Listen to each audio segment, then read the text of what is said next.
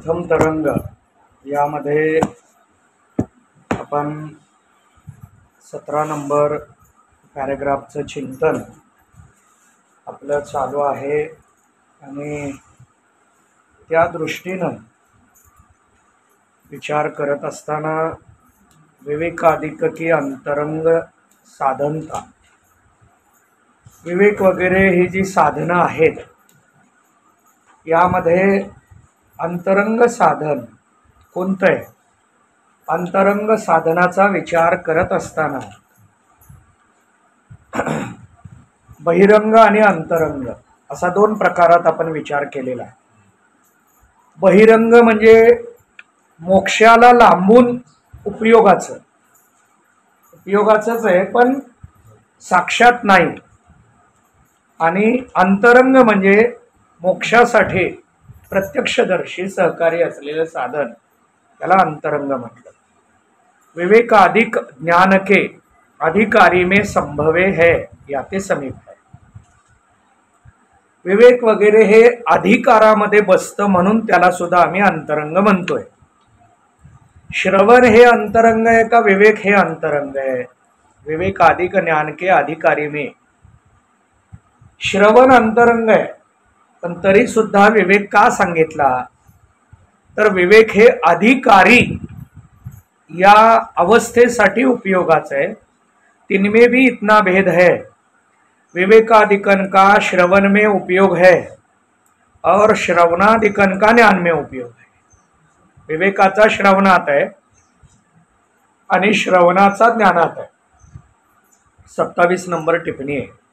विवेकादि चारि साधन विना बहिर्मुख पुरुष को वेदांत शास्त्र का दीर्घकाल निरंतर आदर सहित होने करी निश्चित्र श्रवण होता नहीं, और श्रवण विना मनन और निधिध्यासन होता नहीं. श्रवण असल्याशिवाय मनन नाही, मनन असल्याशिवाय निधिध्यासन नहीं. आते मनन और निधिध्यासन का हेतु जो श्रवण, तिसमें त्या श्रवणामध्ये विवेकाधिक चारि साधन का उपयोग कहिए फल है. श्रवणामध्ये विवेकादि चारि साधनाचं फलाच्या दृष्टीनं चिंतन स्वीकारलं म्हणून त्याला अंतरंग म्हणावं. याते आता वर विवेकाधिकन की अपेक्षा ते श्रवणाधिक अंतरंग आहे. विवेकाच्या अपेक्षेनं श्रवण अंतरंग आहे, श्रवणाच्या अपेक्षेनं मनन अंतरंग आहे, असा क्रमाने विचार मांडला गेलेला आहे. तिनकी अपेक्षा ते विवेकाधिक बहिरंग आहे. आता विवेक वगैरे बहिरंग आहे असं इथं चिंतन मांडलंय म्हणून एवढंच वाक्य पाठ करायचं नाही. तर इथली दोन शब्द यातली महत्वाचे. तिनकी अपेक्षा, त्यांच्या अपेक्षेनं बहिरंग आहे. कुणाच्या अपेक्षेनं? श्रवणाच्या अपेक्षेनं विवेक बहिरंग आहे, पण बहिरंग आदी साधनांच्या अपेक्षेनं विवेक अंतरंग है. यद्यपि विवेकाधिक भी ज्ञान के अंतरंग ही सर्व ग्रंथन में कहे. सर्वच ग्रंथात विवेक वगैरे अंतरंग म्हणून सांगितलंय, बहिरंग नाही कहे. बहिरंग असा त्याचा उल्लेख केलेला नाही, असा त्याचा विचार मांडलेला नाही. तथापि विवेकाधिकन का विवेक वगैरे इत्यादीचा ज्ञान के साधन, ज्ञानाचं साधन, श्रवण में प्रत्यक्ष फल आहे. श्रवणात प्रत्यक्ष आहे पण मोक्षासाठी अप्रत्यक्ष आहे. मोक्षासाठी लांबून आहे म्हणून त्याला श्रवणाच्या दृष्टीनं बहिरंग म्हणतात, पण श्रवणाच्या दृष्टीनं प्रत्यक्ष आहे म्हणून त्याचा अंतरंगामध्ये अंतर्भाव या भूमिकेतून स्वीकार केलेला. श्रवणाधिकन के न्यायी विवेकाधिक जिज्ञासु को उपादेय है. जिज्ञासूला विवेकादी सगळी साधनं उपादेय आहेत. यज्ञाधिकन की न्यायी जिज्ञासु को हेय नहीं याते अंतरंग कहे है। यज्ञ दान तप हे सगळे बहिरंग आहेत। जिज्ञासूला हे महत्वाचे आहेत का त्याज्य आहेत? कसं आहे? जिज्ञासूला महत्वाचे आहेत का त्याज्य आहेत? त्याज्य आहे। जिज्ञासू शब्द आहेत बघा, जिज्ञासुकू हेय नाही, उपयोगाचे नाहीत। काय उपयोगाचे नाहीत? यज्ञदान वगैरे, यज्ञदान बहिरंग हे सगळे आता जिज्ञासूला उपयोगाचे नाही, पण जिज्ञासू होईपर्यंत उपयोगाचे होते। जिज्ञासू या अवस्थेला पोहोचेपर्यंत ते महत्वाचे होते, पण आता उपयोगाचे नाहीत। गाडी बाहेर खूप उपयोगाची, पण घरी आल्यानंतर का बाहेर या गाडीनं मला खूप मदत केली म्हणून घरात आणायची का? गाडीला नाही, तिला बाहेरच ठेवावं लागणार आहे। तिला त्यागल्याशिवाय घरात येत नाही। तसं बहिरंग त्यागल्याशिवाय अंतरंगात प्रवेश नाही। प्रवेश नाही याचा अर्थ प्रवेश देत नाही तसं नव्हे, आपली वृत्ती त्या पात्रतेची नाही। बहिरंगातून अंतरंगात यायचंय, अंतरंगातून अंतरंगात जायचंय। यज्ञदानातून विवेकात, विवेक वैराग्यातून श्रवण मननामध्ये यायचंय, त्या दृष्टीनं चिंतन है। याते अंतरंग कहे है और यज्ञादिकन की अपेक्षा ते भी अंतरंग है, याते भी अंतरंग साधनों में कहे है। आता या पॅरेग्राफ मध्ये एकच चिंतन आहे की तुम्ही विवेकादी भी अंतरंग म्हणायला लागलात आणि श्रवण पण अंतरंग म्हणायला। तुम्ही एकाला कुणाला तरी अंतरंग म्हणा, दोन्हीला का म्हणताय त्याचं स्पष्टीकरण या पॅरेग्राफ मध्ये दिलंय। 18 ज्ञान के मुख्य अंतरंग साधन महावाक्य, श्रवण मनन और निधिध्यासन के लक्षण। ज्ञानाचं मुख्य अंतरंग काय आहे तर महावाक्य। आता इथं महावाक्य शब्दाचा अर्थ विचारात घ्यावा लागतो। महावाक्य कशाला म्हणतात? महाशब्दाचा अर्थ मोठा असं आपण नेहमी करतो, मोठं वाक्य। शब्द लहान आहे पण वाक्य मोठं आहे। मग शब्द लहान असताना त्याला मोठं का म्हटलं? कोण सांगेल का?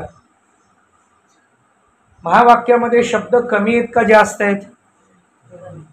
कमी आहेत, म्हणजे लहान आहेत, मग त्याला महावाक्य का म्हटलं? ते तुमचा कॉन्फिडन्स पाहिजे ना।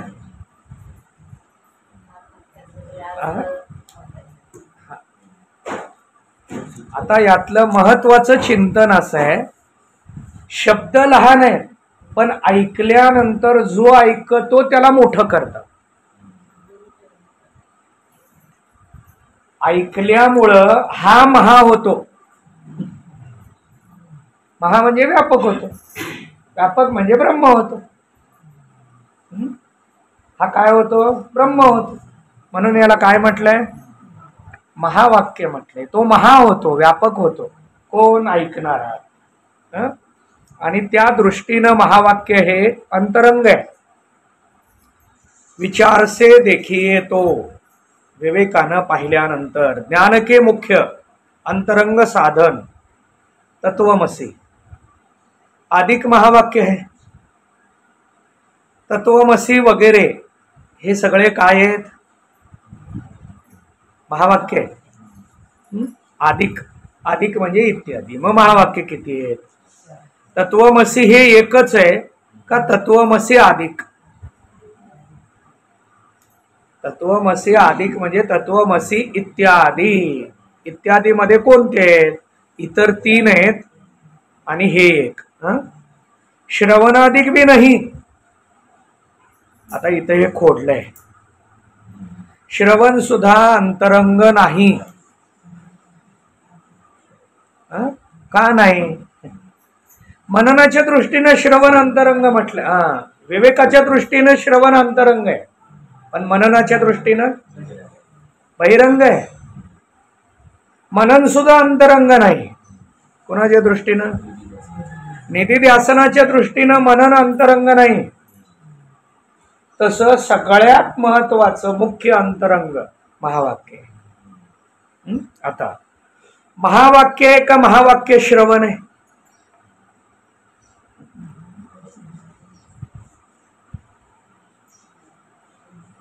ज्ञानाचं मुख्य अंतरंग महावाक्य आहे का महावाक्य श्रवण? महावाक्य श्रवण आहे. मग हे श्रवण कोणतं आणि मननाच्या अगोदरचं श्रवण कोणतं, हा पुन्हा वेगळा विचार आपल्याला करावा लागतो. म्हणून इथं श्रवणाची व्याख्या दिली. युक्ति से वेदांत वाक्यन का तात्पर्य निश्चय श्रवण कही है. मी मागच्या वेळेला सांगितलं होतं, याला अंडरलाईन करायची का, तर ही श्रवणाची एक वेगळी व्याख्या आहे. श्रवणाला नेहमी आम्ही ऐकणं, याला श्रवण म्हणतो. इथं ऐकलेल्यातला तात्पर्य निश्चय, त्याला श्रवण म्हणायला लागले. आपण व्यवहारात म्हणतो आमच्या इकडं काही ऐकतच नाहीत हो. मग ऐकत नाहीत म्हणजे बहिरे आहेत का? शब्दाच्या अर्थाप्रमाणे वागत नाहीत म्हणून त्याला ऐकणं, तात्पर्य निश्चयालाच येत नाहीत. काही काही जणाला एक विषय किती वेळा सांगावा लागतो?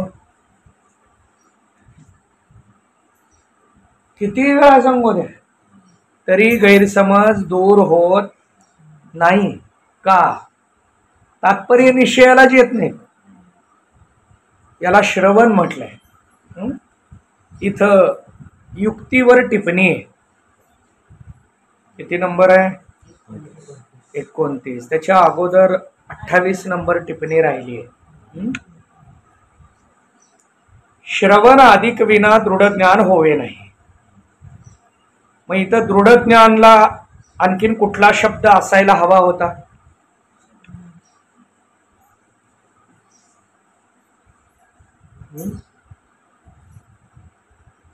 दृढ अपरोक्ष ज्ञान.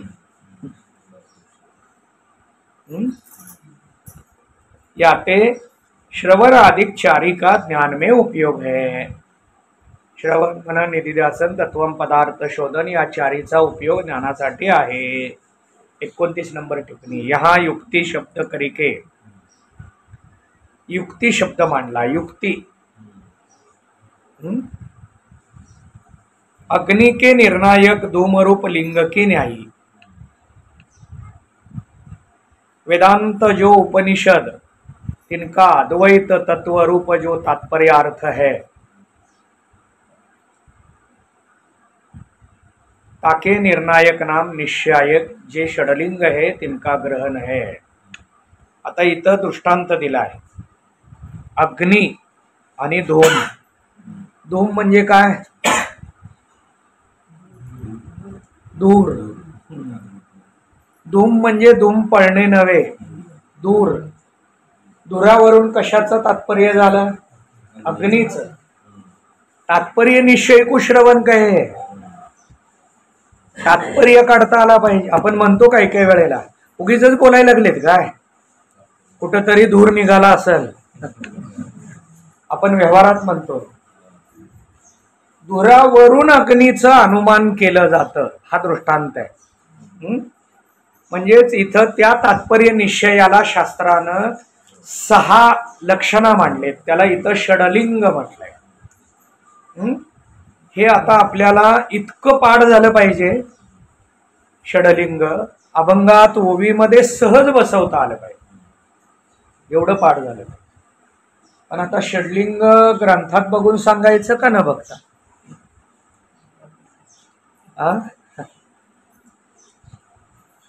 चला, षडलिंगामध्ये 6 आहेत. त्यातला एक उपक्रम उपसंहार. उपक्रम वेगळा आणि उपसंहार वेगळा असे 2 नाहीत, दोन्ही मिळून एक आहे. दोन्ही मिळून एक का म्हटलं त्याचं स्पष्टीकरण दिलंय. उपक्रम कहिए, प्रकरण का आरंभ, और उपसंहार कहिए प्रकरण की समाप्ति. आरंभ और समाप्ति तिनकी एकरूपता. बघा मी बाकीचे शब्द गाळले आणि तेवढंच त्याचं व्याख्या मांडली.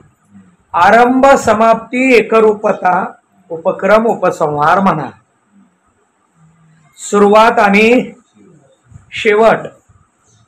बघा एखादे पाहुणे आले की आपण त्यांना रामराम करून स्वागत करतो आणि जाताना उपक्रम उपसंहार, सुरुवात आणि शेवट. कुठल्याही सभेमध्ये कार्यक्रमात आलेल्यांचं नाव घ्यायची, स्वागत, आणि झाल्यानंतर शेवटी सगळ्यात आलेल्यांची नावं घ्यायची, आभार. एकरूपता. याला काय म्हणायचं?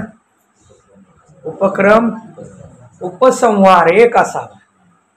आता उपक्रम उपसंहार मांडता आला पाहिजे. पटवून देतो. हरिपाठाची सुरुवात कुठल्या शब्दाने? देव शब्दाने. देवाची द्वारी उभाक्षण देव शब्द. हरिपाठाचा शेवटचा अभंग पहिली अक्षर काय? 27वा अभंग. सर्व सुख. सर्व सुख म्हणजे कोण? देव. सर्व सुख म्हणजे कोण? सर्व सुखाचे आगर देव. सुरुवात काय आहे? देव शब्दाने. शेवट काय आहे? सर्व सुख. शब्द बदलला, तात्पर्य एकच आहे. उपक्रम उपसंहार म्हणतात याला. म्हणून मी परवा एक विषय मांडला गुरुजींच्या इथं. भगवद्गीतेची सुरुवात आणि भगवद्गीता शास्त्राची सुरुवात एकच का वेगळे? वेगळे. भगवद्गीतेचा शेवट आणि भगवद्गीता शास्त्राचा शेवट एकच का वेगळा? तर वेगळा आहे. हे कशावरून काढलं? श्रुती षडलिंग. भगवद्गीतेची सुरुवात सांगतो आपण. धर्मक्षेत्रे कुरुक्षेत्रे समवेता, पहिला अध्याय पहिला श्लोक.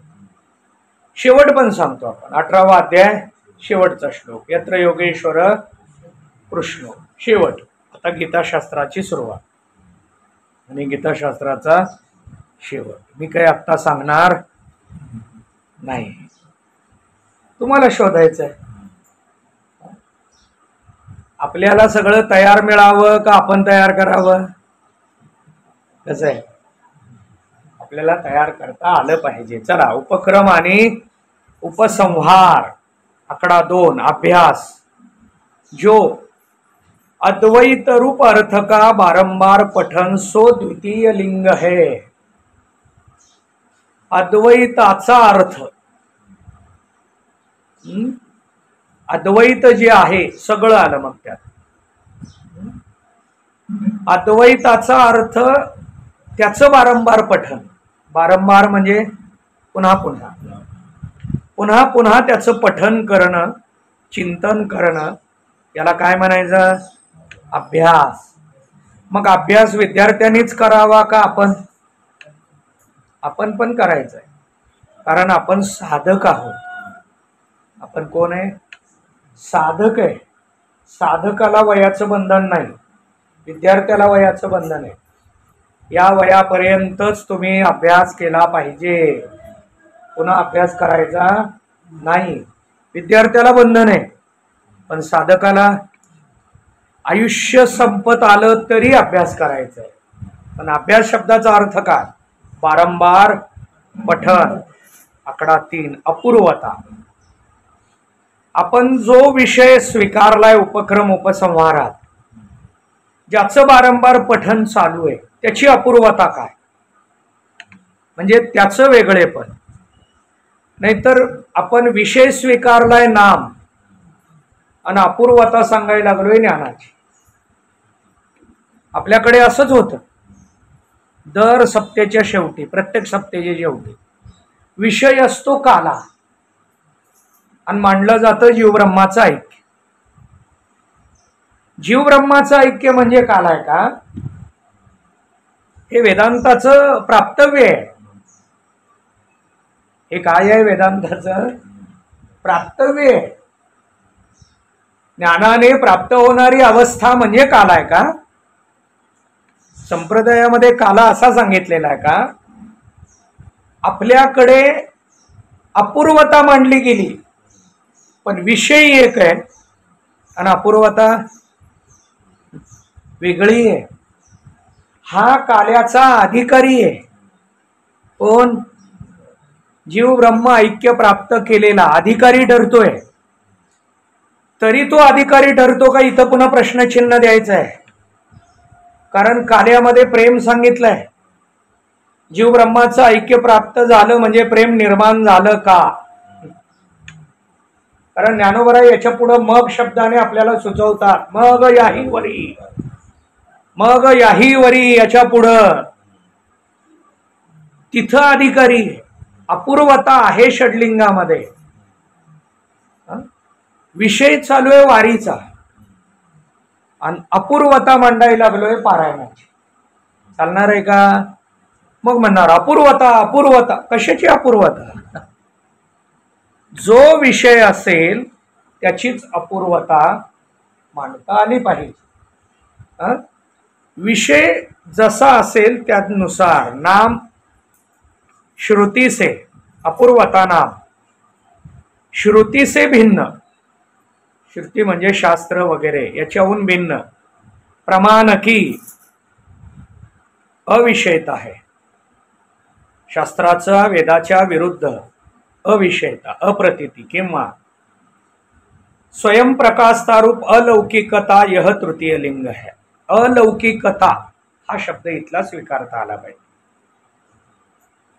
अलौकिक मांडायचं म्हणजेच विशेष मांडायचं. विशेष कशातलं विशेष मांडायचंय? तर ज्याचा अभ्यास केला, जो उपक्रम उपसंहारात आहे त्याचं विशेष मांडायचंय. आकडा 4 अद्वैत तत्व के ज्ञान के फल का प्रतिपादन चतुर्थ लिंग आहे. अद्वैताच्या ज्ञानाचं फल काय हे चतुर्थ लिंग आहे. त्याचं फल, त्याचं प्रयोजन. आकडा 5 अर्थवादाचं स्पष्टीकरण आहे. भेद ज्ञान की निंदा, अभेद ज्ञान की स्तुति रूप अर्थवाद पंचम लिंग है. भेद ज्ञानाची निंदा आणि अभेदाची स्तुती. अभेदाची स्तुती व्हावी, भेदाची निंदा करावी, याला काय म्हणायचं? अर्थवाद. चला ठीक आहे. 6 कार्य कारण के अभेद की. कार्य आणि कारण यांचा काय आहे? अभेद आहे. बोधकता करी अद्वैत ज्ञान के अनुकूल दृष्टांतर उपपत्ती. आता अनुकूल दृष्टांत याला उपपत्ती 6वं लिंग म्हणायचं. उपपत्तीचा अर्थ मांडत असताना दृष्टांत, उदाहरण, चरित्र, युक्ती त्याला पटवून देण्यासाठी जो प्रयत्न केला गेला त्याला उपपत्ती. तुका म्हणे नेनो युक्तीची या खोली, म्हणून ठेविली पायडो. युक्ती सुद्धा संपली. मग युक्ती संपली म्हणजे मांडली होती. मग काय काय युक्ती? बरं, युक्ती सुद्धा इथं आता कमी पडायला लागली.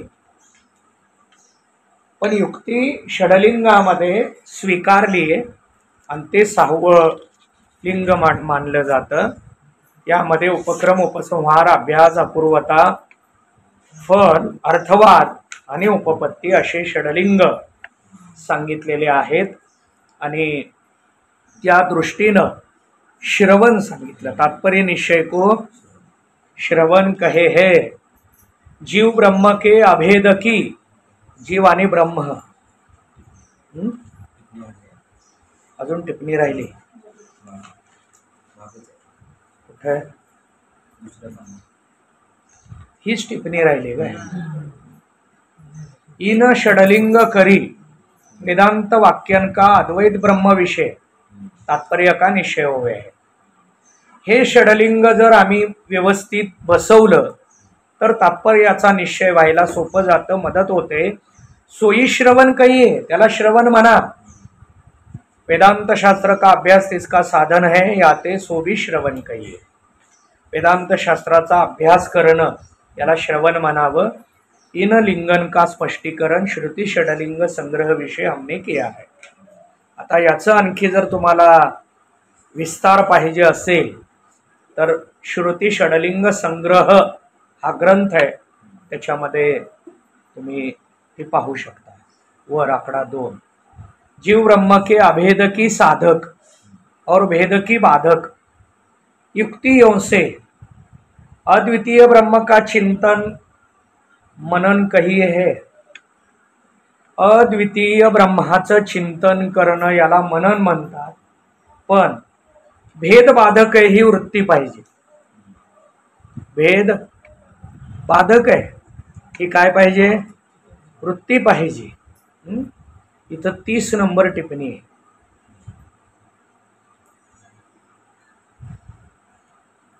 आता ही थोडी मोठी टिप्पणी आहे। जीव ब्रह्म के अभेद की साधक, जीव आणि ब्रह्माचं काय आहे? अभेद आहे। जीव ब्रह्माचं काय आहे? अभेद आहे। अभेद साधक आणि भेद बाधक। अभेद योग्य आहे आणि भेद अयोग्य आहे। आता ते कसं बघायचं त्याच्यासाठी एक चिंतन दिलंय। जीव है सो ब्रह्म से अभिन्न है। आता अभेद कसा स्वीकारायचा? जीव हा ब्रह्माहून काय आहे? अभिन्न आहे। स्वल्पविराम सच्चिदानंद रूप होणे ते, तो कसा आहे? सच्चिदानंद रूप। सच्चिदानंद रूप ब्रह्म आहे का जीव आहे?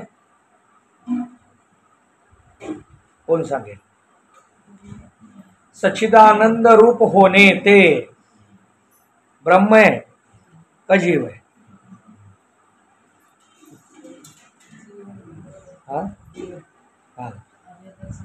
हा इथं अभेद सांगितलाय, म्हणून इथं हे दोन्ही घ्यावं लागते। कारण अगोदरचं जे वाक्य आहे तिथं अभिन्न, ब्रह्म तर सच्चिदानंद हे सगळेच सांगतात, जीव सुद्धा सच्चिदानंद आहे, फक्त उपाधी बाजूला काढल्यानंतर। ईश्वर चेतन की नाही? ईश्वर काय आहे? चेतन आहे की नाही? जीव चेतन आहे। ईश्वर चेतन की न्यायी? जीव चेतन है, जीव सच्चिदानंद है, ब्रह्म से अभिन्न है। हेच वाक्य मी इथं थोडं तुमच्या समोर मांडलं। सच्चिदानंद रूप नहीं सो ब्रह्म से अभिन्न भी नहीं। आता तो जर सच्चिदानंद नसेल तर तो अभिन्न सुद्धा नाही, मग काय आहे? भिन्न आहे। जैसे घट है, घट भिन्न है का अभिन्न है? घट भिन्न है का? जड़ है। घट काय है? जड़ है। जाते यह जीव ऐसा नहीं। जीव काय आहे?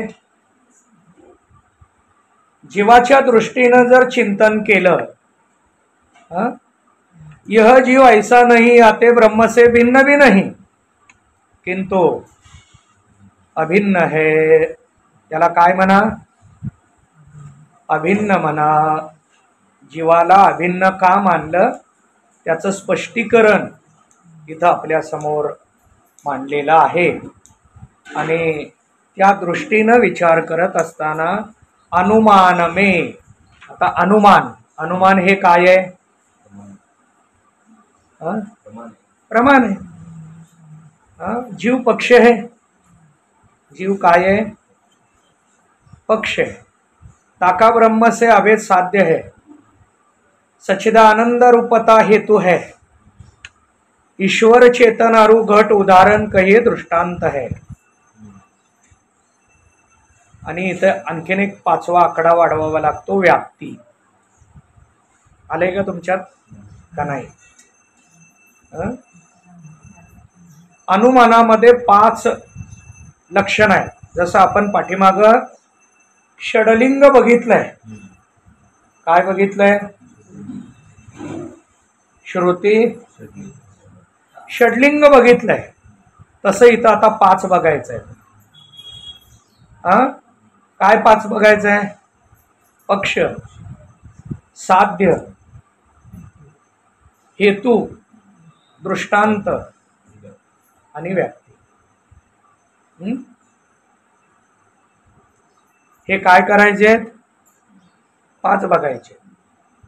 आता ते 5 काय आहेत?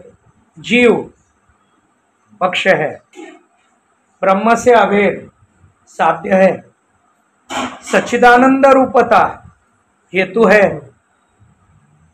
ईश्वर चेतन अरु घट उदाहरण है, उपपत्ती म्हणजे दृष्टांत है, व्याप्ती यत्र यत्र सच्चिदानंद तत्र तत्र जीव ब्रह्म अभिन्नत्व इति व्याप्ती। व्याप्ती म्हणजे काय? व्याप्तीचा अर्थ यत्र यत्र सच्चिदानंदत्व, जिथं जिथं सच्चिदानंद आहे तिथं तिथं जीव ब्रह्म अभेद आहे, अभिन्न आहे, अशी व्याप्ती अनुमानामध्ये मांडली। तुम्ही म्हणाल हे कुठून मांडलंय? तर अनुमान प्रमाण जिथं येतं तिथं हे 5 लक्षणं पाहिल्या जातात। आता अनुमान प्रमाण नव्हे, सगळेच प्रमाण वृत्ती प्रभाकर मध्ये मांडलेली आहेत। प्रत्यक्ष प्रमाण, अनुमान प्रमाण, उपमान प्रमाण, शब्द प्रमाण, अर्थापत्ती प्रमाण, अनुपलब्धी प्रमाण। हे किती झाले? 6। त्यात अनुमान प्रमाण आहे। अनुमान प्रमाणात 5 लक्षणे आहेत। हे 5 लक्षणं बसवली आता इथं। जैसे घट मठ उपाधिकू दूर करिके घटाकाश मठाकाश अभेद है। घट आणि मठ, घट उपाधी मठ उपाधी बाजूला काढली तर आतला आकाश काय आहे? एकच आहे, अभेद आहे। तैसे बुद्धि उपाधि किंवा अविद्या उपाधि माया उपाधि दूर करिके जीव ब्रह्म का अभेद है। जैसे घटाकाश, जलाकाश, महाकाश, मेघाकाश। किती आकाश सांगितले आता? 4। आकाश 4 आहेत का एक आहे? एक आहे। आकाश एक आहे, 4 का म्हणले? उपाधी। आता हे जास्त स्पष्टीकरण द्यायची गरज नाही, तुम्ही ऐकलेलं आहे। 3 में जलाकाश मेघाकाश अभेद नहीं भी है, तथापि घटाकाश महाकाश नाम मात्र से वेद है। हे फक्त नाम मात्र वेद है, पण यांचं ऐक्यच आहे, परमार्थ से नहीं। ऐसे कुटस्थ जीव ब्रह्म और ईश्वर ये 4 ही चेतन है। इनमें जीव और ईश्वर का अभेद नहीं भी है। जीव आणि ईश्वराचा अभेद मानता का? तर नाही। जीव आणि ईश्वराचा अभेद नाही, जीव आणि ब्रह्माचा अभेद मानला जातो। तथापि तिनके अधिष्ठान लक्षार्थ रूप कुटस्थ और ब्रह्म का नाम मात्र से भेद है, परमार्थ से नहीं। परमार्थिक दृष्ट्या भेद नाही। उपमान प्रमाण रूप युक्ती। आता वर अनुमान प्रमाण सांगितलं, आता इथं काय सांगितलंय? उपमान प्रमाण सांगितलंय। नेह नानास्ति किंचन सर्वं खलविदं ब्रह्म नेह नानास्ति किंचन इत्यादि श्रुतिन में भेद का निषेध किया है। इत्यादी शास्त्रवचनामध्ये काय केलंय? भेदाचा निषेध केलाय. जो निषेध वास्तव अभेद होवे तो संभवे, तीस विना संभवे नाही. वास्तव अभेद असेल तर हा निषेध तुम्ही मांडा. याते भेद के निषेध की अनुपपत्ति के ज्ञानरूप अर्थापत्ति से जीव ब्रह्म के अभेद का ज्ञानरूप अर्थापत्ति प्रमाण होवे है इत्यादी अर्थापत्ति प्रमाण रूप युक्ती आहे. आता हे चिंतन कशाच्या दृष्टीने मांडलं? अर्थापत्ति. इस रीति से प्रत्यक्ष और शब्द ते भिन्न युक्ति शब्द के वाच्य अनुमान उपमान अर्थापत्ति रूप तीन प्रमाण अभेद की साधक युक्तियां है. तीन प्रमाणाने आम्ही तुम्हाला साधक युक्ती सांगितली. आता काय सांगायची आहे? बाधक युक्ती सांगायची आहे. तीन प्रमाण मांडलेले आहेत, आणखीन तीन प्रमाण राहतात. त्याही तिन्ही प्रमाणाचा विचार तुमच्या समोर मांडला जाणार आहे. पण साधक आणि बाधक मध्ये आता फक्त साधकाचा विचार आपण केलेला आहे, मांडलेला आहे. बाधकाचा विचार आपल्याला करायचा आहे. बाधक कशासाठी विचार करायचा आहे? मनन मध्ये आपलं चिंतन मूळ काय चालू आहे आता? मनन. श्रवण बघितलंय आपण, तात्पर्य निश्चय को श्रवण. आता मनन. मनन मध्ये दोन अंश आहे, एक साधक वृत्ती आणि एक बाधक वृत्ती. साधक वृत्तीत तीन प्रमाण बघितले. आता बाधक वृत्तीचा विचार आपल्याला करायचा आहे, पण तो विचार आपण उद्याच्या पाठाला करू. पुंडलिक वरदा हरी विठ्ठल. श्री ज्ञानदेव तुकाराम.